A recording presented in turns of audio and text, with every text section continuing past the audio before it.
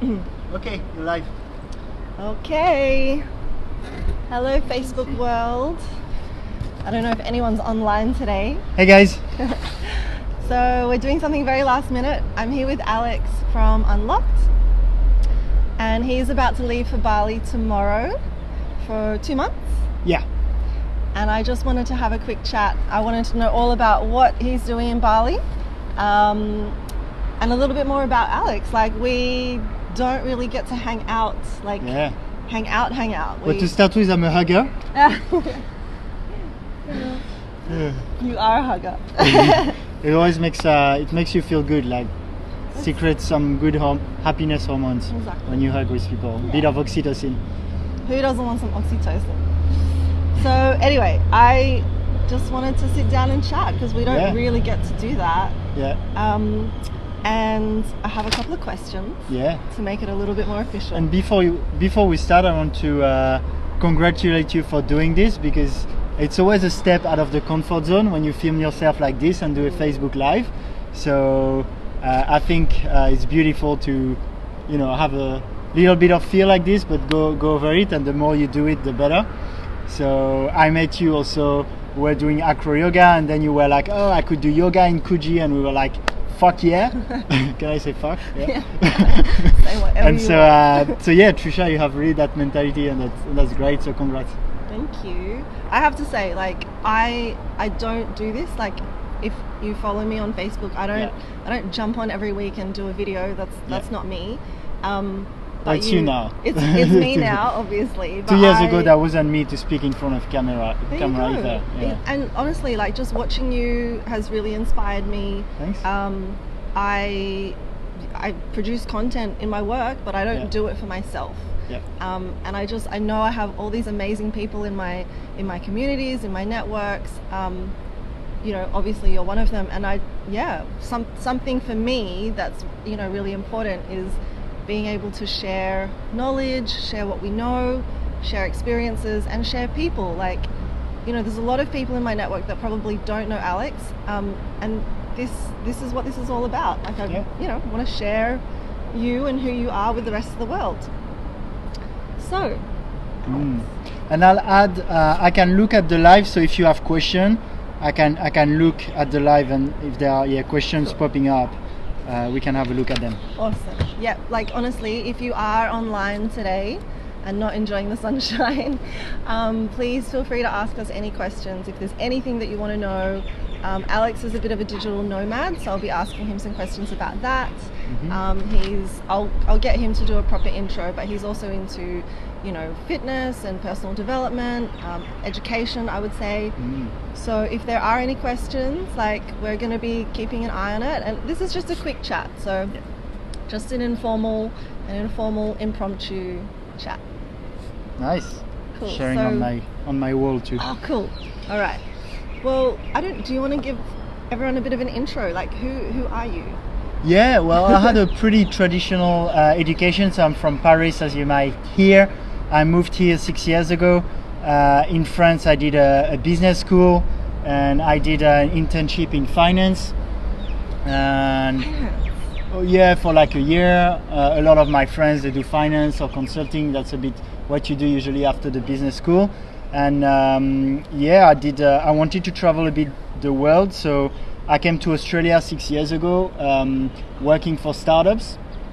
And then Bondi got me, started to eat well, exercise more, meditate, and I was pretty passionate about it, so I started UNLOCKT. And basically that's the story in a nutshell. Now, if you think about why I did something maybe a little bit different than let's say most of my friends from my business school would do, I think I read this book when I was 20.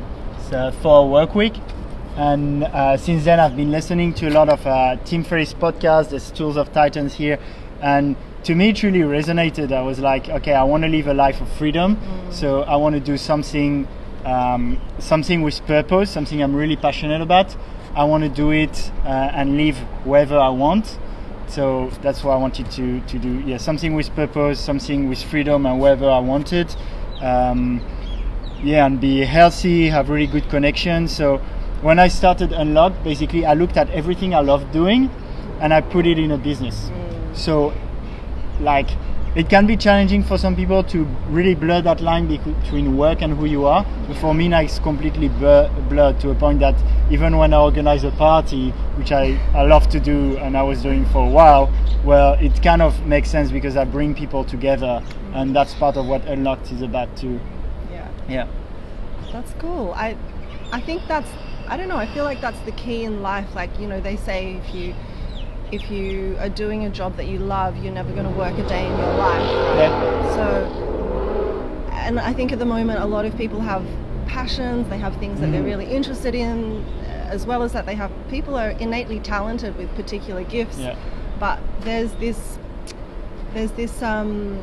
we just still haven't married it enough. Yeah. Like how do you bring the two together? Like how do you monetize the stuff that you really love to do?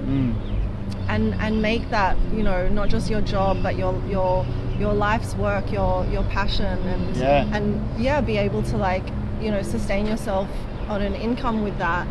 I don't know. I guess that's what we're all trying to do. I don't know. Yeah. Well, obviously, for me, the inspiration was like, you know, it's nothing new. Like reading these books or, you know, seeing people having this big YouTube channel, or like this new economy. There's definitely a room to make a living out of what you're passionate about. Obviously, I want to give a little bit of disclaimer about, like, you never work again. Obviously, when I work on, for example, for me, I do online programs. There are things that are more that still require a bit of discipline, right? It's like, okay, I have in the bigger picture, I really do what I love to do, but my daily tasks, sometimes there are things that I don't really love to do, but I do them because they're part of it, right? So, yeah, for sure. So yeah, it also takes a lot of dedication. Takes, you know, I think a lot of putting the ego aside when you do these kind of things. But yeah, the reward's pretty nice. I just want to, you know, be careful not to give a too rosy picture of it. Absolutely, yeah. I think that's a really good point. I think there are a lot of people that glamorize what being, you know, a business owner or an entrepreneur is. It's not all parties and fun and games. Like there is also the serious side too. There's the boring side. There's the admin. Yeah. There's all sorts of other things. But I think when you really care about what you do, you do all that other stuff because it balances it out. Well, it's what I did. I put in a business more who I wanted to be than who I was already.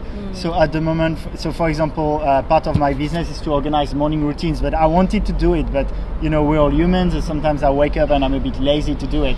So because it's my job, like, then I do what I would like to do, even for free in my daily life. And I make it that job, and that also, and same if I want to, you know, spend less time partying hard and getting smashed or these kind of things. Yeah. Actually, that leads me to another question. So, I recently found out that you're vegan. Yep. I'd love to know a little bit more about, like, your decision behind going vegan. Okay. Do you drink? Like, what's your lifestyle like? Yeah. I'm like, I define myself as 95% whole food plant-based, so I make little exceptions. Like if my grandma's gonna cook a turkey for Christmas, I won't come with my Tupperware of quinoa and pumpkin, you know. But 2 years ago I read, so here we have Homo Deus, but I read Sapiens by Yuval Noah Harari, and he puts a lot of perspective on everything we do. And one of them was how we treat animals. And it's true that sometimes it's pretty healthy to look at the world with new lenses. So let's say if you arrived in the world today and you looked at how we treat animals, you'd be like, what the fuck, right? A bit like, you know, he talks about how, you know, if we were growing up 3 or 4 centuries ago in the US, we'd probably think slavery is normal. And people today, they think it's normal how we treat animals. And every era, there are things that are considered as normal, but that really, when you look at them with perspective, are not. And to me, how we treat animals was one of these. So I wanted to really cut down, and then there's the environmental impact and the health, because especially if you're not super careful on how they're fed and raised, like processed meat is I think it's a carcinogen level 1, same as tobacco, according to the World Health Organization.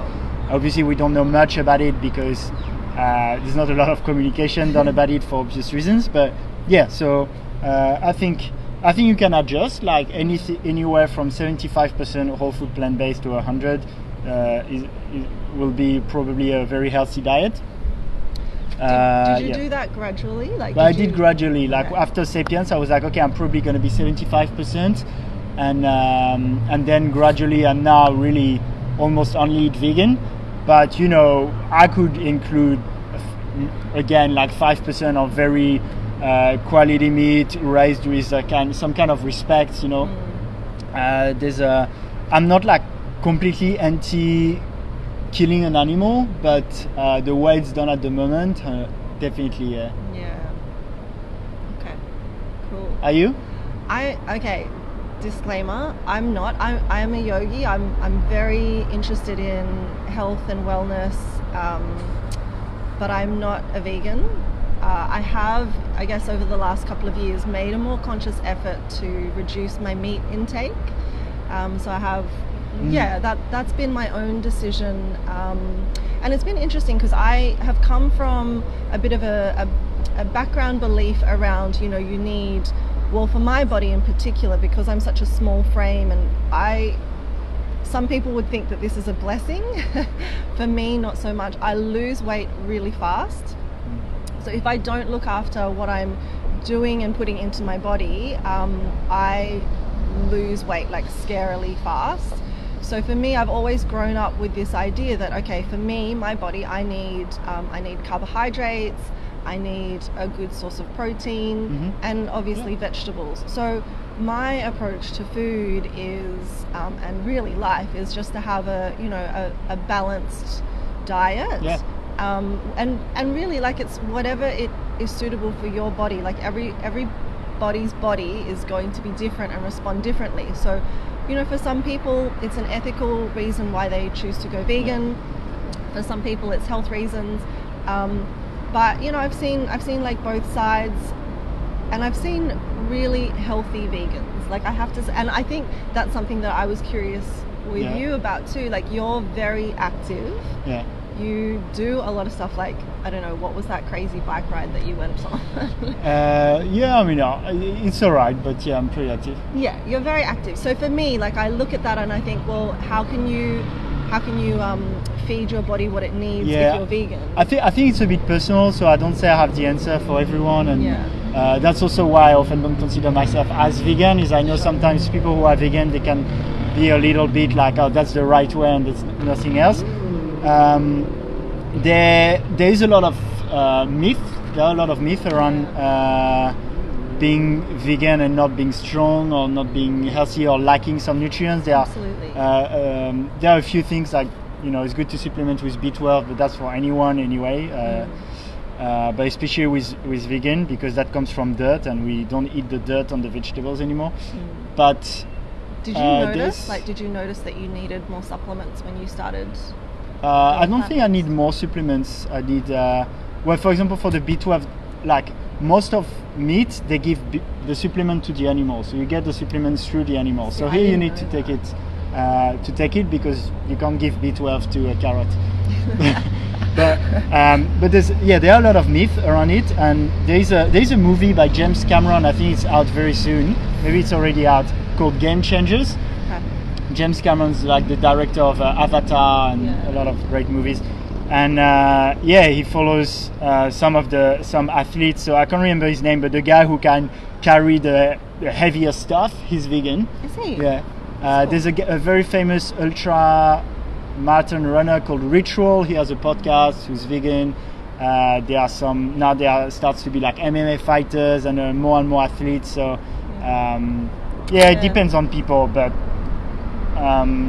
You can definitely be super active, super healthy, and eat a whole food plant-based diet. Yeah, there's a guy here in Bondi called Simon Hill. He has a podcast, pretty famous, called Plant Proof. I've heard about this. Yes. You can follow that too. Okay, cool. Well, I don't know. For me, I was just fascinated. Like, I'm always fascinated by people's choices in life. So maybe I should introduce myself as well. So a lot of people don't actually know what I do, even if you are friends with me, which I understand because I do lots of different things.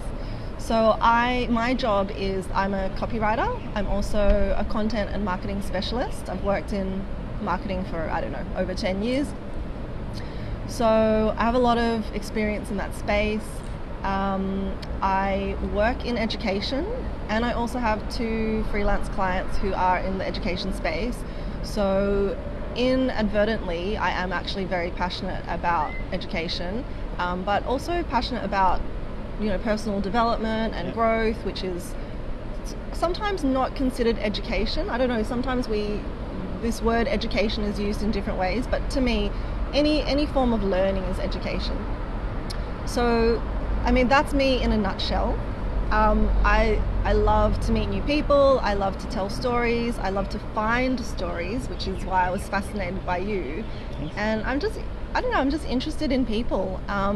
I actually wanted to start a podcast a long time ago, and that never happened. But I feel like this is probably something easier that I can just do. You can make this recording the first episode of your podcast. There are apps now, one called Anchor. It's very easy. You get the recording, and you post on all the platforms, and you're done. You're a podcaster. Sweet. So, that's just me. I'm just fascinated by people. And I don't know if I don't know what came first, the chicken or the egg, but it's now part of my job. Like I interview people, I write about people. That's what I do. I sell people as well. So I was just interested in you, and I don't know, do you want to tell people a little bit more about UNLOCKT and what it actually is? Yeah, sure. So the idea behind UNLOCKT is to give people everything they need to build their dream life. And so the rationale behind, if you wonder about, sometimes people see personal growth as selfish, but I think when people are healthy, they're happy, they're well connected, and they're fulfilled, I think then everything from that place of being fulfilled, I think everything you do becomes more moral. So you like you wouldn't put plastic in the ocean, you wouldn't be violent against people or want to go to war against other countries. So for me, as Gandhi said, be the change you want to see in the world. So what's important is to work on yourself first, and then be that light that you can then shine on the world, So I don't think it's selfish to personal growth, but the message I like to bring at first is have your awesome life, like build your dream life, and it's going to be different for people. But quite a few of it, like a lot of people, they want freedom, they want to be healthy, they want to be happy. These are things everyone kind of wants.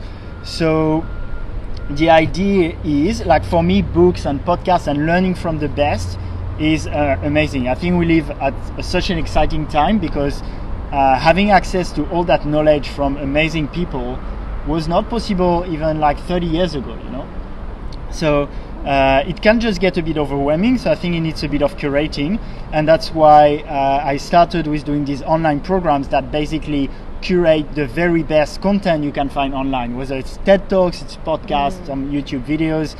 So I curate that for people because they don't always have time to find the best. And it started with this and the importance of applying the knowledge. So I do online programs that give you the best knowledge on a certain topic and little exercise you do every day to apply it. And when you do that, you grow super fast, and you can feel really the difference. The people who have done it, they have like amazing experiences, and on top of it we build a community because I think the environment is super important.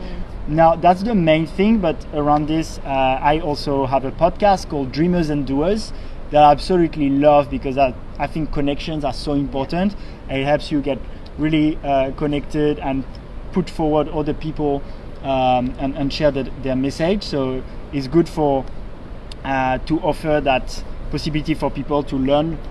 So my podcast is a lot about people who are kind of around 30 years old, like 25 to 40, let's say, and to whom you can relate because most of these people aren't like super successful yet, but they're, building their path. Yeah. So I think it's something relatable. There's the podcast and there's also the events. And thank you for helping a lot organizing them.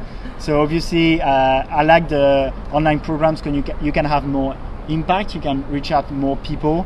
And the digital age is what allows you to learn from Steve Jobs and Tim Ferriss and Tony Robbins and all these amazing people. But I believe you don't want to spend too much time in front of your screen either. So I like to have here the events where I can connect with people and give them hugs and and play together. So I've only known Alex since January. Yeah. And when I've looked at what you've done, to me it's really smart. It's very clever. So the way that I saw it was that you were organizing these fitness events in Bondi. Yeah. And that was your way to build a community of people that really you would attract like-minded people. So these would be people that are obviously interested in health and fitness, and interested in motivation, and interested in having a more meaningful life, I guess. Yeah. So I looked at that, and it was a very successful model. You built a very successful business model. So you built this community of people. Yeah. And on top of that, in the background, you have these online programs, you have your podcast.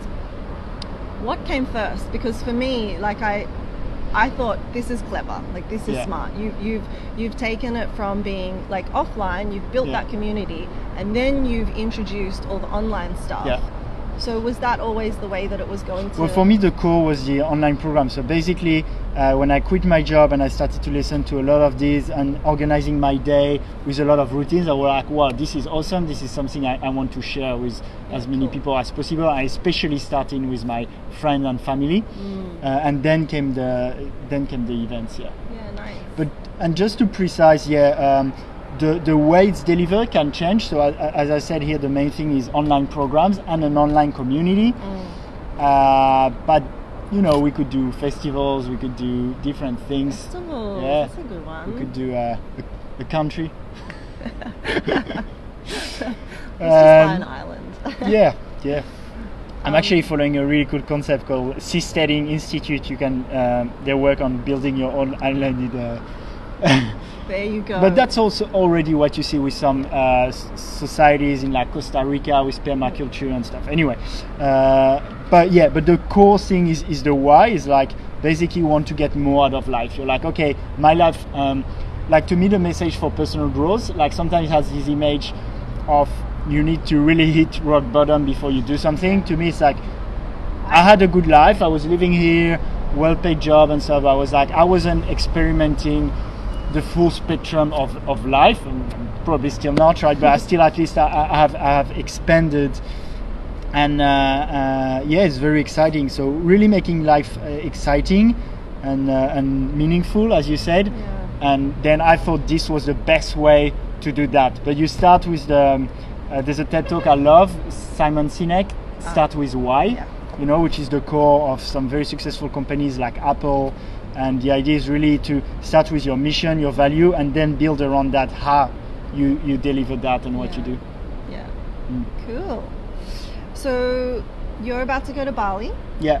Tell us what you're going to do in Bali.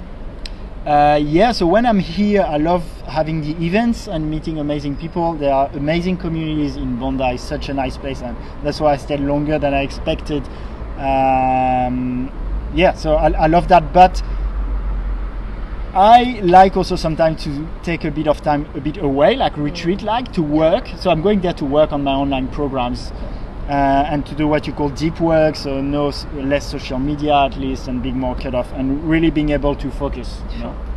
I think we're in a world where we do a lot of a little post here, a little post there, and that's fine, but sometimes you want to take time to do something meaningful. It's the case people who write a book, for example, they need that time away and not have their distractions all the time. So that's mainly why I'm going there. I'm also, so you talk about successful business.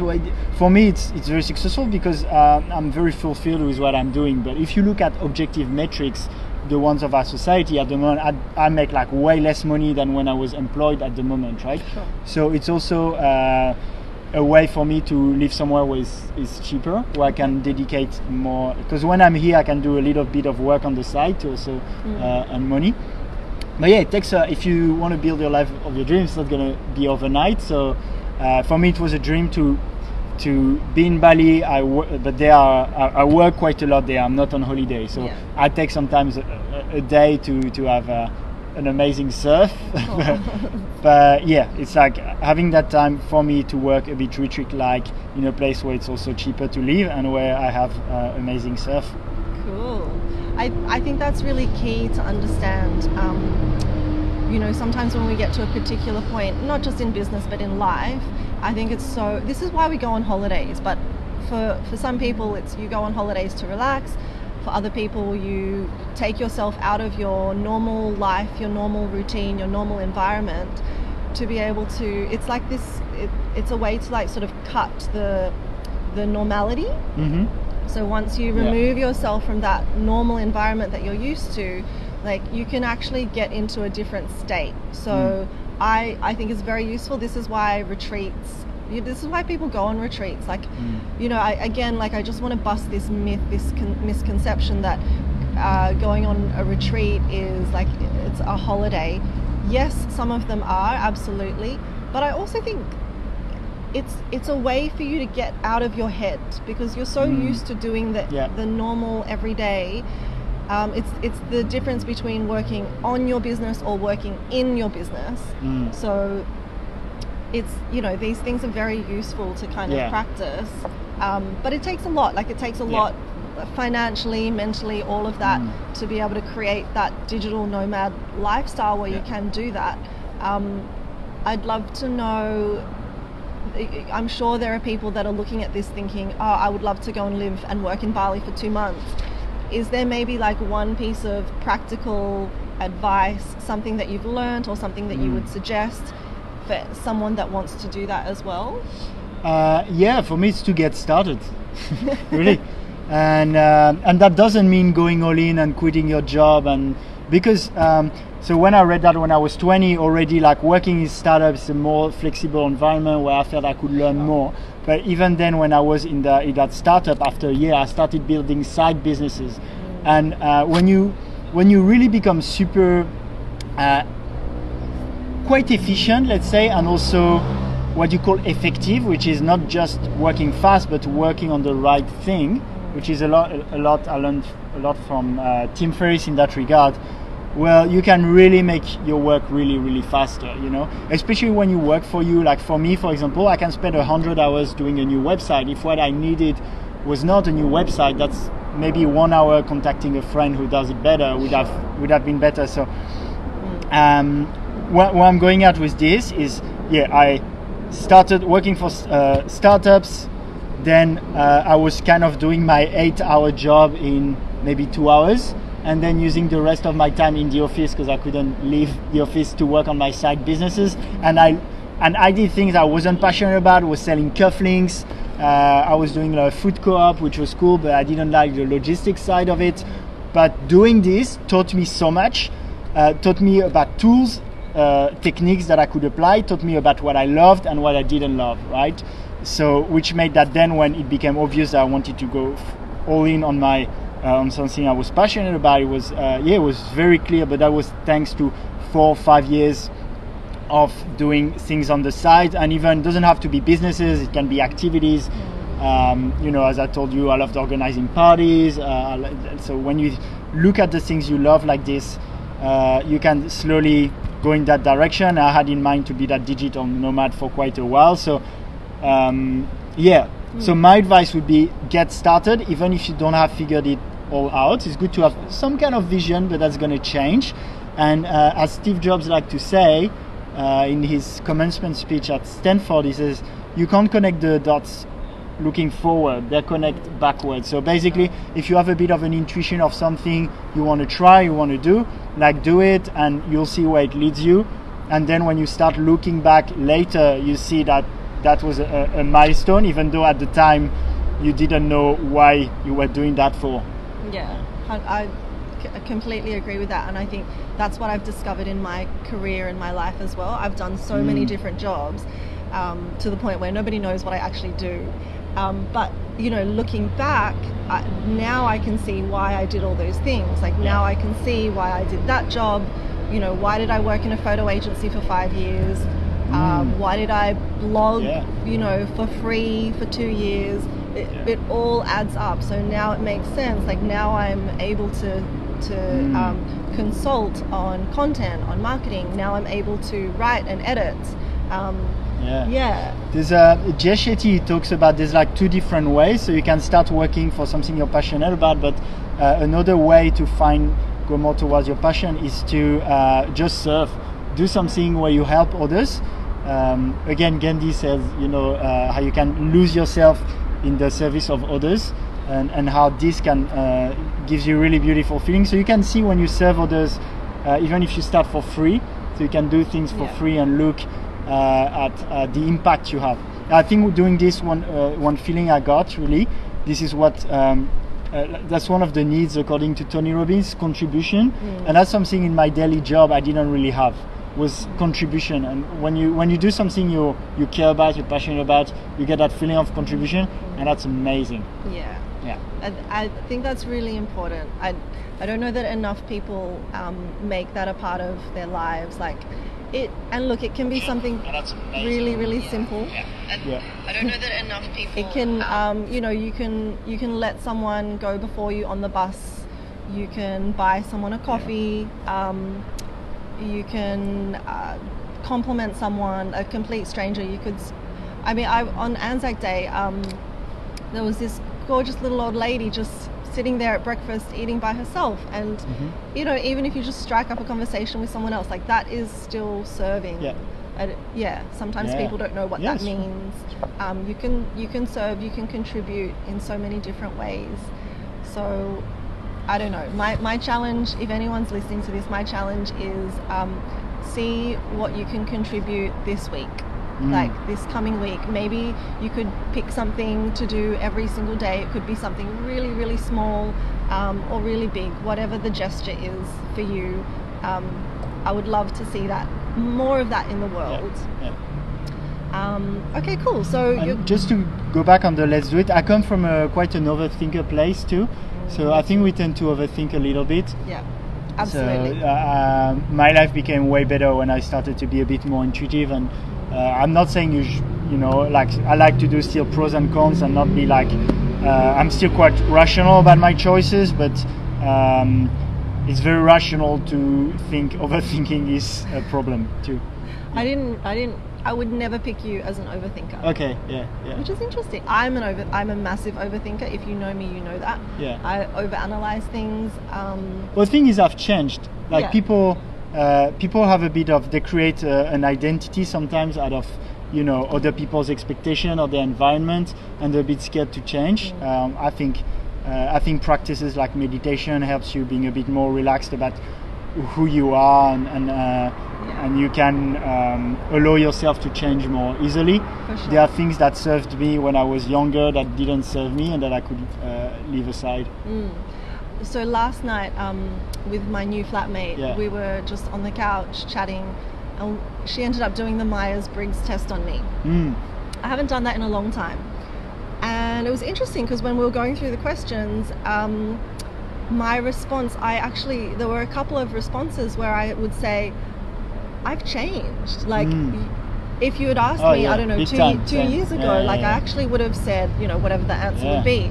But I can actually see now that I'm answering in a different response. So absolutely, anyone can change for sure. Well, you have to anyway. That's the laws of nature. Things change and people try to resist it, and I think that makes sometimes people a bit miserable. But I think you touched on a good point. There were things that maybe habits or ideals or beliefs or whatever that served you when you were younger. So it's not about making anything wrong. It's just about looking and seeing that there's evolution as well. So Sure, those habits, those ways of being served you back then. Like being very competitive. For the business school I did, it was pretty elitist. You did a competitive exam and trying to kind of beat the others and things. But like now in the community I build, what I want is actually to find people that are better than me and to lift people up. And so yeah, cool. That was a good example. Well, I would say that you're very successful in doing that. Just from what I've seen of Alex, he's very good at getting people together. He's very good at motivating people and just building a really nice community. Like honestly, the group of people that you have brought together, everyone is so nice. It's definitely credit to you that you're able to do that. It will be interesting to see how things go while you're in Bali. And that might be an interesting experiment to watch. I think you've done it again in a very clever way. You've got some key people that will keep the community alive. Thank you.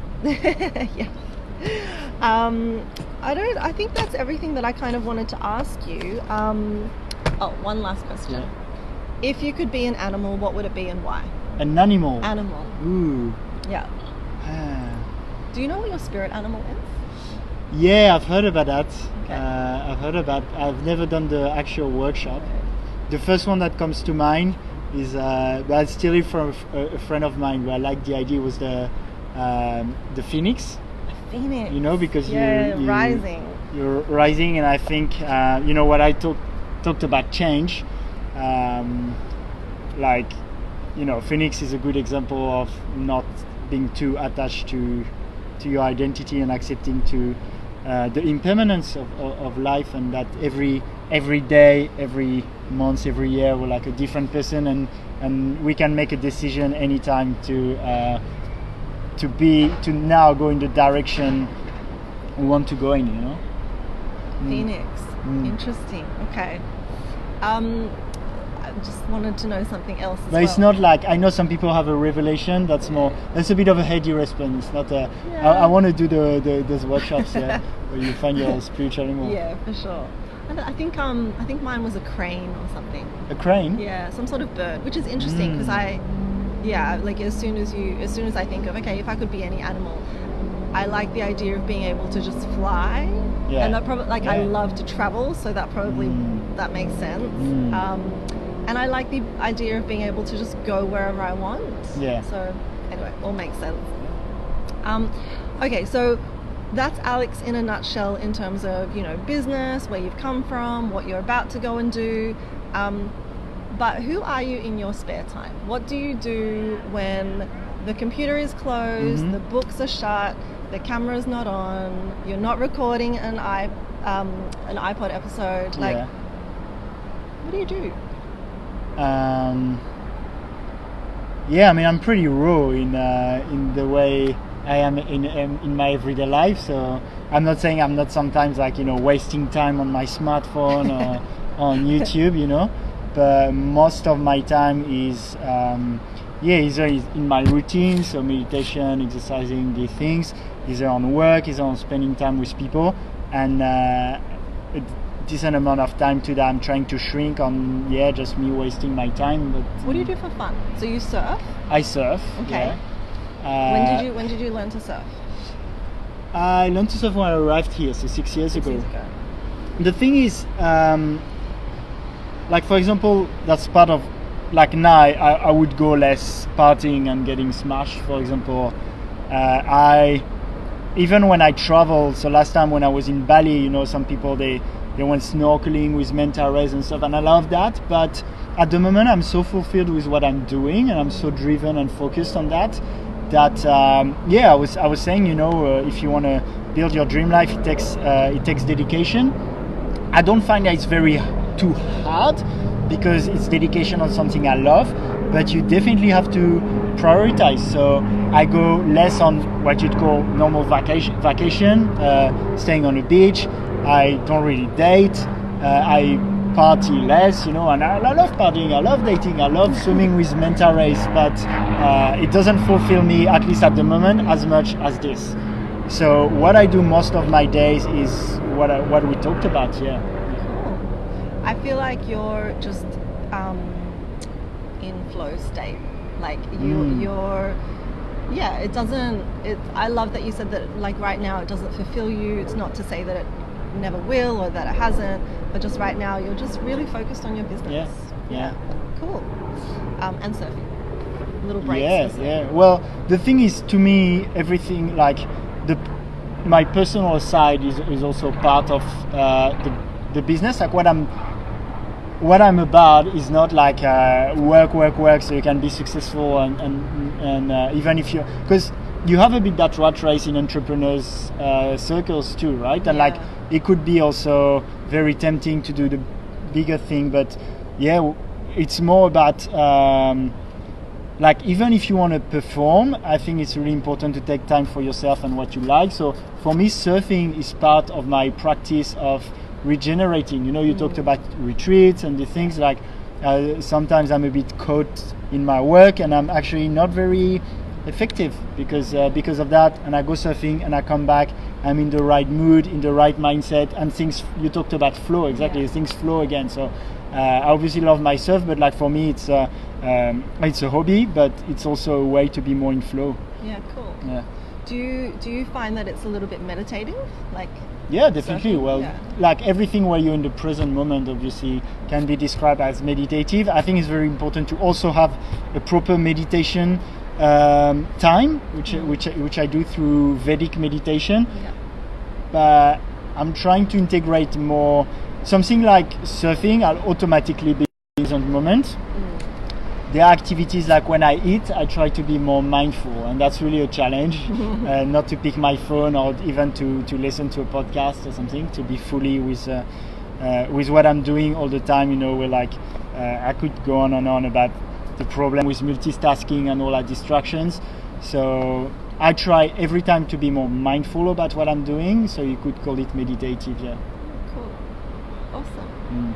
I feel like I could chat to Alex for hours. Like there's so many other things that I want to know. So you also do like intermittent fasting and all sorts of other things. Anyway, Alex is very, very interesting and fascinating. We do not have time for all of that today.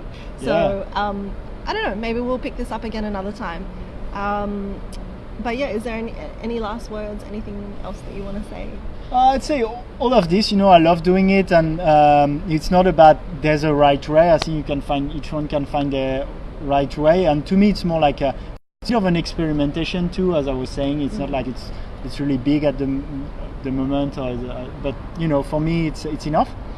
And so like I find living life this way, doing things a bit more intuitively, doing what you love and not overthinking, is more exciting and beautiful.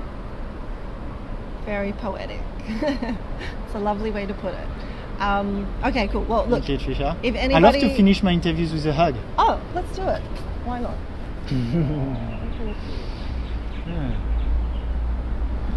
Well, thank you for chatting, Alex. Yeah, thanks. I don't know, if anybody does want to ask Alex anything, I'm sure he would love to answer the questions. Please feel free to leave a comment. Yeah, and me on Facebook, ask me anything. Check the podcast, check the website, that's UNLOCKT.me, on Instagram, Cool. Awesome. All right. Well, and come to Tricha's event in Coogee every Monday at sunrise. Monday mornings, sunrise yoga. Best way to start the week. It is, it really is. If you're in Bondi, you want to find out about UNLOCKT and their events as well. They have awesome stuff going on every week. Yeah, lots of fun. Thanks, Tricha. Cool. Thanks, guys.